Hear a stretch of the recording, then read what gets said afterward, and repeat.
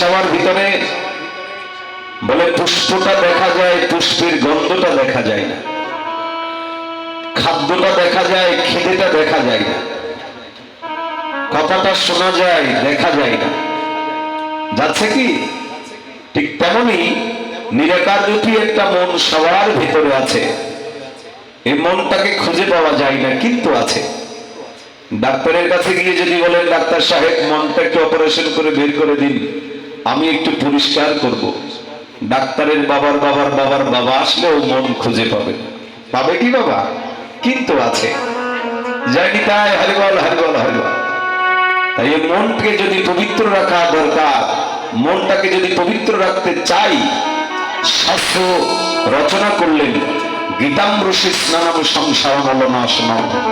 গীতা জ্ঞান রূপ জলে প্রতিদিন ডুব দাও, স্নান করো, তোমার মন পবিত্র হয়ে যাবে।